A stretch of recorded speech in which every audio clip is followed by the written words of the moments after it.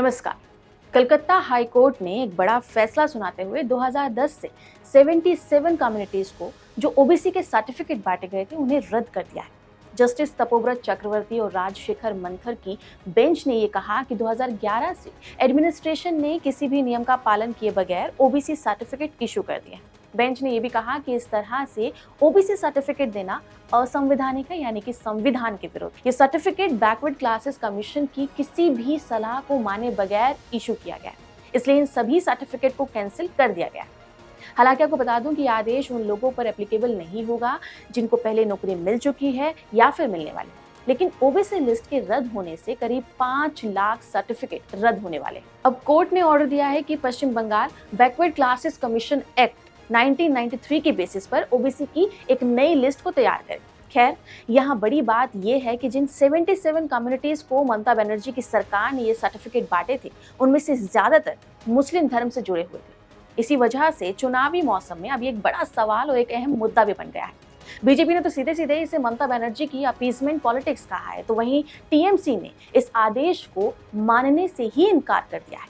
अब बिल्कुल आसान भाषा में अगर आपको समझाऊं कि आखिर ये पूरा विवाद क्या है और इस विवाद का चुनाव पर क्या असर पड़ने वाला है, तो आप बने रहिए इस वीडियो पर। आपको बता दूं कि अब पश्चिम बंगाल में 17% आरक्षण ओबीसी के लिए रखा गया है। ममता बनर्जी ने ओबीसी को 2 कैटेगरी में बांट रखा है, OBC A, OBC B. OBC A का मतलब होता है अति पिछड़ा और ओबीसी बी का मतलब होता है सिर्फ पिछड़ा। अब यहाँ पर सारा विवाद इस बात को लेकर है कि ममता सरकार ने पिछले 10 सालों में जिन कम्युनिटीज को इस ओबीसी वाली लिस्ट में शामिल किया, उनमें सबसे ज्यादा तवज्जो मुसलमानों को दी गई। आरोप तो यहाँ तक लगा है कि रोहिंग्या और बांग्लादेश से आए दूसरे लोगों को भी इस लिस्ट में शामिल किया गया है। ममता सरकार के ही आंकड़े बताते हैं कि ओबीसी ए में टोटल 81 कम्युनिटीज को आरक्षण देने की बात कही गई है, लेकिन यहाँ 56 तो मुस्लिम समुदाय से ताल्लुक रखते हैं। इस तरह जो ओबीसी बी की लिस्ट में है, वहाँ कुल 99 कम्युनिटीज को जगह दी गई है, लेकिन 41 अकेले मुस्लिम धर्म से जुड़ी है। अगर ओबीसी ए और ओबीसी बी के आंकड़ों का टोटल किया जाए तो पता चलता है कि पश्चिम बंगाल में 179 कम्युनिटीज को इस समय ओबीसी का आरक्षण दिया जा रहा है, लेकिन वहां पर अकेले मुस्लिमों के 118 समुदायों को इसका सीधा फायदा मिल रहा है। अब समझने वाली बात यह है कि पश्चिम बंगाल में जब लेफ्ट गवर्नमेंट थी, तब एक अंतरिम रिपोर्ट के बेसिस पर स्टेट ओबीसी की एक लिस्ट तैयार की गई थी। उसी के बेसिस पर ही आरक्षण देने की बात भी कही गई थी।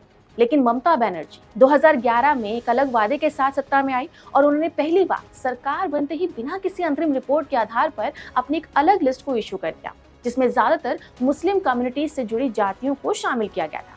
अब आरोप ये है कि पश्चिम बंगाल में जो बैकवर्ड क्लासेस कमीशन एक्ट 1993 चल रहा है, उससे अलग जाकर टीएमसी सरकार ने अपनी लिस्ट की जो पूरी तरीके से उसको तैयार किया गया है, वो गैर कानूनी है और इस आधार पर एक पिटीशन भी फाइल हुई थी और इसी तरह आरक्षण को चुनौती दी गई थी।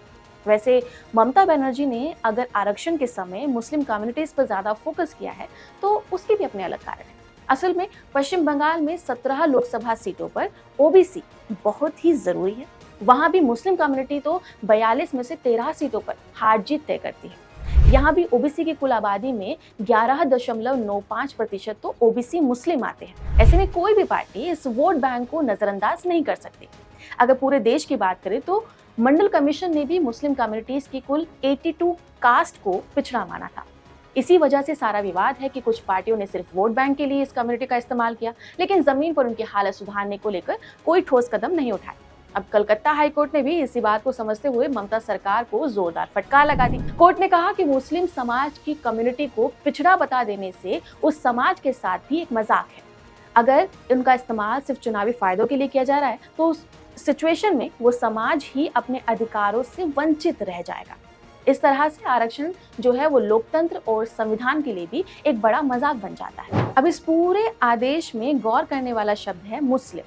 अगर अदालत की तरफ से सामने से कहा गया है कि किसी सरकार ने सिर्फ वोट बैंक के लिए एक विशेष समुदाय को फायदा देने की कोशिश की है, इसका व्यापक असर जो है वो चुनाव के दौरान देखने को मिल सकता है। ये नहीं भूलना चाहिए कि पश्चिम बंगाल में भारतीय जनता पार्टी का जो उत्थान हुआ, जिस तरह से उसने जमीन पर अपनी पैठ जमाई है, उसमें एक बड़ा योगदान ममता की मुस्लिम पॉलिटिक्स का भी रहा है। बीजेपी ने ऐसा नैरेटिव सेट कर दिया है कि ममता बनर्जी मुसलमानों को खास सुविधाएं देती है। ऐसे में इस मुद्दे में बीजेपी को एक बहुत ही बड़ा सियासी हथियार मिल गया है। समझने वाली बात ये भी है कि इस चुनाव में अगर इंडी गठबंधन ने आरोप लगाया कि मोदी अगर फिर से प्रधानमंत्री बने तो वो आरक्षण को खत्म कर देंगे, संविधान में बदलाव करेंगे, तो उसके काउंटर में बीजेपी ये कह रही होगी कि अगर इंडी गठबंधन की सरकार आए तो धर्म के आधार पर आरक्षण दिया जाएगा, यानी मुस्लिमों को आरक्षण मिलेगा। अब जब कलकत्ता हाई कोर्ट ने भी उसी दिशा में आदेश सुनाया है तो पीएम मोदी ने भी पूरे इंडी गठबंधन को निशाने पर लिया है। दो टूक ये कह दिया कि तुष्टीकरण की राजनीति करने के लिए जो भी वो कोशिशें कर सकती थी सरकार, उसने सारी हदें पार कर दिया। खैर, इस खबर में आगे क्या होने वाला है, लोगों पर चुनाव से पहले इसका क्या असर पड़ने वाला है, ये देखना बहुत ही दिलचस्प होगा। फिलहाल इस खबर में इतना ही। देखते रहिए क्लिक इंडिया।